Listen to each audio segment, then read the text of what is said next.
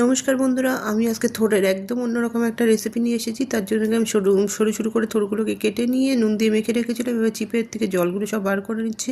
এবার সব থোড়গুলোই চিপে জল বার করে নিচ্ছি। কড়াই তেলের মধ্যে 3টে ডিম দিয়ে আমি নুন হলুদ দিয়ে ঝুড়ি ঝুড়ি করে নেবো। ডিমটা ভেজে দেখুন, ডিমটা আমার ভেজে ঝুড়ি ঝুড়ি করে তোলা হয়ে গেলে এবার কড়াই তেলের মধ্যে আমি অল্প জিরে ফোড়ন আর একটা শুকনো লঙ্কা ছিঁড়ে ওর মধ্যে দিয়ে দেবো। এর মধ্যে আমি 1 চামচ আদা বাটা, জিরে, ধনে, হলুদ, লঙ্কার গুঁড়ো আর একটু জল দিয়ে মশলাটাকে আমি ভালো করে কষিয়ে নেবো। দেখুন মশলাটা আমার ভালোভাবে কষানো হয়ে গিয়েছে। এর মধ্যে আমি এবার থোড়গুলোকে দিয়ে আর একটু পরিমাণে নুন দিয়ে দেবো, যেটুকু পরিমাণে দরকার। বাকি সেটুকু নুন দিয়ে আমি মশলার সাথে ভালো করে মিশিয়ে নেবো। মিশিয়ে নেওয়ার পরে আমি কিছুটা জল দিয়ে এটা থালা দিয়ে ঢাকা দিয়ে দেবো।